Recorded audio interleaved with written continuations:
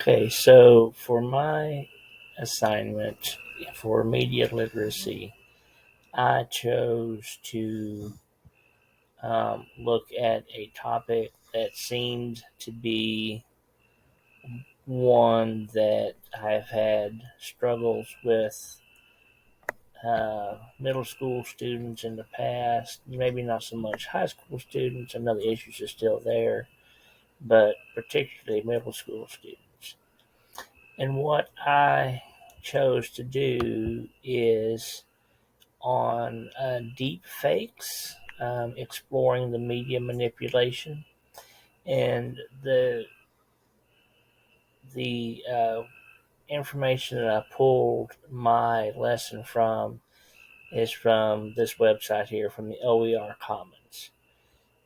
And I included a clip art here talking about disinformation, citizen deep fake, media literacy, and it's a big hot topic these days, talking about how pictures and media are being manipulated and if we can even tell if they are real or not, or if they're just fakes. And so when I was looking at the Common Core alignment, I saw where this line aligned with literacy, which is to initiate and participate effectively in a range of collaborative discussions, such as one on one, in groups, and teacher led. Pardon me. With diverse partners on grades 9 to 10 topics, text, and issues, building on others' ideas and expressing their own clearly and persuasively. So if we go on and keep looking, we have the objectives and outcomes. And what this is students will be able to understand the concept of what a deep fake is. They'll be able to identify the dangers of deep fakes to different groups of people, and they'll be able to explain how these deep fakes can be regulated to help lessen the damage they can cause. So we'll go on and look at our materials needed. There's a copy of the slides that you'll need, and you may go through and edit those based on what you need. There's a copy of a brainstorm sheet, and then you're going to need a device with access to the internet, because there are some videos that will be able to be that you'll need to watch in order to help understand what the deepfake issues are. And inside these slides, or inside this page, I've got a link to the slides, and I've got a link to the brainstorm sheet that can be printed off as needed. So moving on, we're going to talk about the opening to the lesson. And basically what that is we're going to look at a video example and see what a deep fake is and an example of one. And I pulled this from the web, did a Google search for Oxford for what a deep fake is. And Oxford Languages defined it as a video of a person in which their face or body has been digitally altered so that they appear to be someone else, typically used maliciously or to spread false information. And so that's what our students are going to look at and be able to keep that in the back of their mind as we move on. And so watching this video, it gives them an example of what a deepfake is. It also talked about what it is, and there's lots of good information on that website to kind of open the lesson up and get started. In the body of the lesson, so in the body of the lesson, we're going to talk about what exactly is a deepfake. So we're going to start getting into what the main meat of the lesson is with a dive into the exact definition of what it is. And these are some topics, video image manipulation that alters who's speaking, what they're doing, saying. I have an example here of where they've gone through the steps to transition a guy from one picture to another one that's a completely different person. They may use AI technology and it often involves swapping faces. And in here, I included a link to Bloomberg's explanation of deepfakes. And it's a YouTube video that explains how it's getting harder to spot them and what we can do to help hopefully stem that tide. Then going into that, we talk about image manipulation apps and filters. And one common one that a lot of people use, and I hadn't thought about it, knew it after I got to reading about this, is that Snapchat. They manipulate, if you think about all the filters, you can manipulate yourself to look a whole different ways. And I've seen a lot of those through Snapchat stories, Facebook Reels, Instagram Reels, where they've used these filters to manipulate the image to help, most of the time, protect their privacy. But I could be,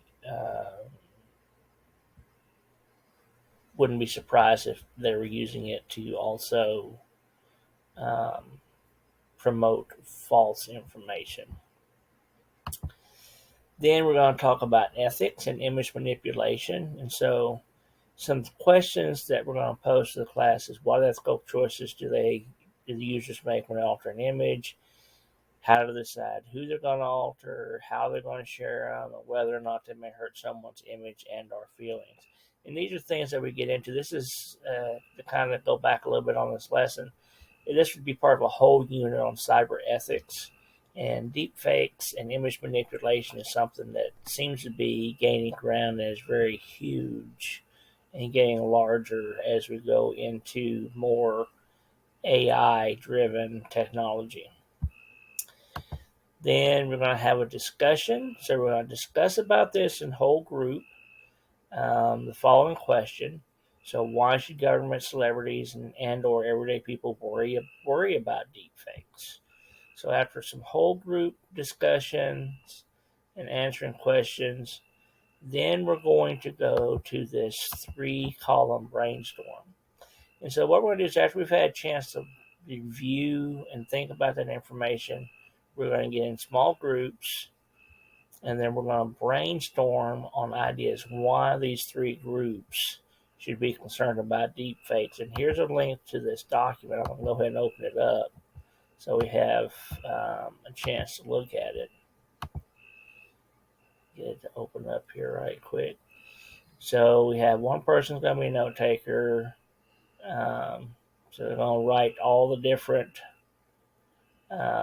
notes for politicians. One's going to be celebrities, and one's going to be notes for everyday people. And what they're going to do is they're going to have several minutes to where they can think about why these groups should be concerned about deepfakes. And after we get some time to complete this, we're going to come back and we're going to discuss this as a whole group. So they're going to stay in their small groups, but then they're going to share out their responses and compare what they hear to what they have written down. And what I would suggest them doing is if there's things that they haven't written down, maybe they ought to add them. And then that way they have a more complete picture. Then in closing the lesson, we're going to look at creating rules and regulations. So this is something that sometimes we don't think about. I don't think students think about, is that they need to think about questions such as these. Do different rules apply to politicians and celebrities? Sometimes we think that they have different rules that apply to them than everyday people. So this is some things that can think about. Who owns the rights to a video or image that gets posted? And then who is responsible for taking fake or harmful deepfakes offline? Should there be fines or other penalties? So this Google document, the group is going to be together, going to be able to research it and look through online and see if they can see what they can find out about creating regulations and rules. And they're going to create a document that consists of these guidelines. Then for independent practice and assessment, the thing that I want them to do is to write a 1 to 2 page essay on the reasons behind why they should always check any digital content they're sharing with their friends for possibility of being a deep fake and how it could affect the person or persons that it represents. Sometimes, a lot of times, kids don't think about what they're doing. And so that could be a real big, hopefully, it will be a real big eye opener to students to say, hey, let me stop and think about this before I share it. Then modifications, as far as modifications that might need to be made. All the videos will have closed captioning turned on to assist students who may have hearing impairments or difficulties. And then also will make transcripts available where the videos have them and have those printed out to aid students who require them. And then one last thing that I wanted to make sure I included so I could hopefully have an example to other people who might see this is the information that I pulled or that I used was work created by Shanna Ferguson in Vancouver, and it was licensed under a Creative Commons Attribution Non-Commercial Share-alike license. And if you go in there and click on that and look at it and see what it says, I'm free to share it, adapt it, build upon it. I can copy and redistribute it in any medium or format. So I thought that was really